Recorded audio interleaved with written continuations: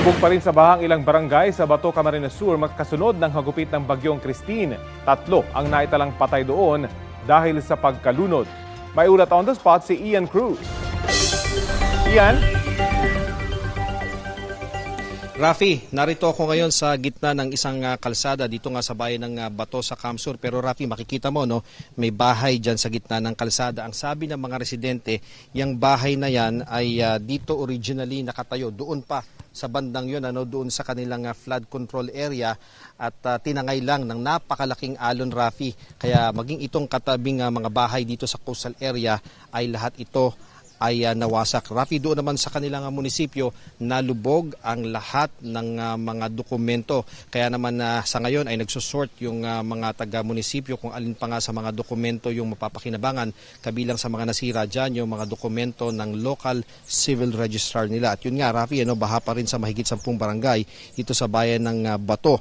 Ayon kay Domingo Finular ang executive assistant ng alkalde ng bayan, lagpas taong tubig ang rumagasa sa mga komunidad sa pag-apaw nga ng Lake Bato. Apektado ang mga coastal barangay sa biglang pagtaas ng tubig at landslides naman sa 3 barangay ng mga mountainous area.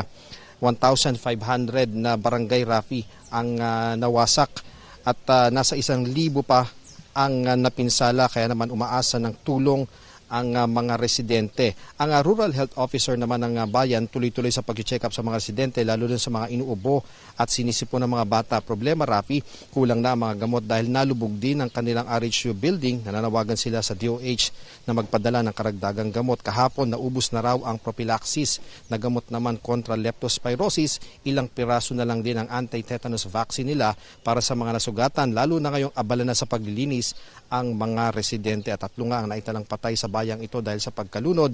Sabi ng mga taga rito, yun lang taong baha ay mabagal ang pagbaba at tinatayang 1 foot per day lamang ito. Saya naman sana raw ay magkaroon ng pangmatagalang proyekto para palalimin ang Bicol River at Lake Bato at magkaroon ng channel palabas ng Ragay Gulf ang kanilang tubig. So Rafi, tulong pa rin at ayuda ang hiling ng ating mga kababayan dito sa bayan ng Bato at sana nga ay masolusyonan daw yung pagbaha dito. Yan muna ang latest. Balik sa iyo, Rafi.